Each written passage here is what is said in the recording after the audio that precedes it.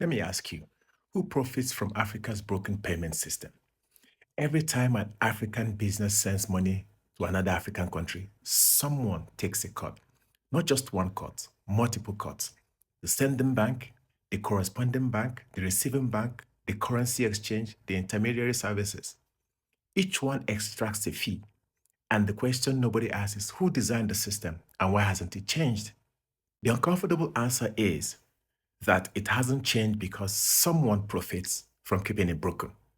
For decades, African cross border payments have worked the same way.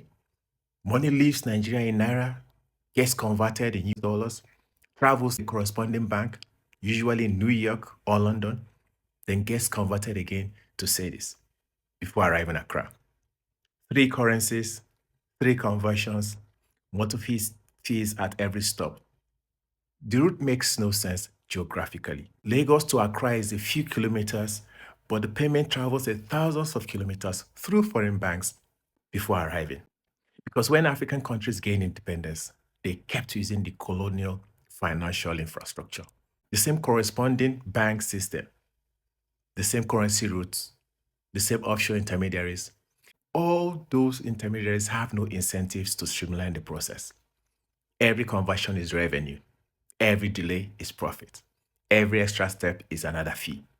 Africa loses an estimated 5 billion annually due to payment settlement inefficiencies associated with layers on the non-African currencies. That 5 billion that could have funded African infrastructure, African services, Africa's growth. But instead, it enriched foreign banks for the privilege of moving African money between African countries. So when you hear about PAPSS, the Pan-African Payment and Settlement System, understand why it actually threatens. PAPSS is designed to let African countries settle payments directly with each other in their own currencies without routing through New York or London. A Nigerian business pays in Naira. The Central Bank of Nigeria settles at the Bank of Ghana through PAPSS. The Ghanaian business receives cedis. No dollar conversion, no offshore intermediaries taking cuts.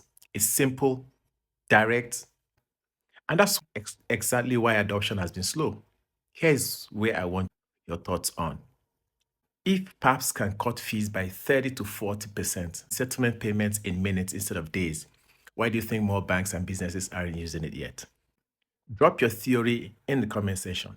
Is it awareness, trust, pressure from corresponding banks, government bureaucracy? Let's talk about this because PAPS launched in 2022. It's operational. Central banks in Nigeria, Ghana, Kenya, Rwanda, and others are connected. But most businesses have never heard of it. Most banks haven't integrated it. Most transactions still take the old route. That's not an accident. That's resistance. Think about who loses if PAPS succeed. Corresponding banks that charge $20 to $50 per transaction, currency exchange services that mark up rates 3 to 5%, international payment platforms that charge 10 to 15 on African transactions, billions of dollars in annual revenue, suddenly at risk. So the narrative becomes African infrastructure is not ready. Businesses don't trust it. Regulations aren't aligned. And some of this is true though. Past isn't perfect. Integration is incomplete. Education is lacking. But those are solvable problems. The real barrier is that the old system still makes too many people too much money. This is what needs to happen. African governments need to mandate PAPS integration for all licensed banks. Pan-African businesses need to demand it from their banks. Central banks need to educate SMEs on how to access it.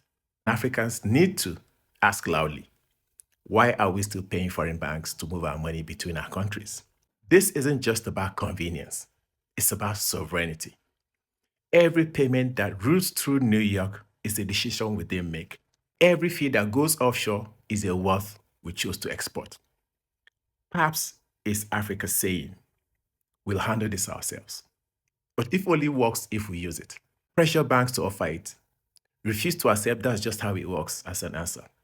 If you're a business owner who's asked your bank about PAPS in the run around, share this video, tag your bank if you want to, and subscribe if you want more breakdowns on the system designs to extract from Africa and the alternatives being built.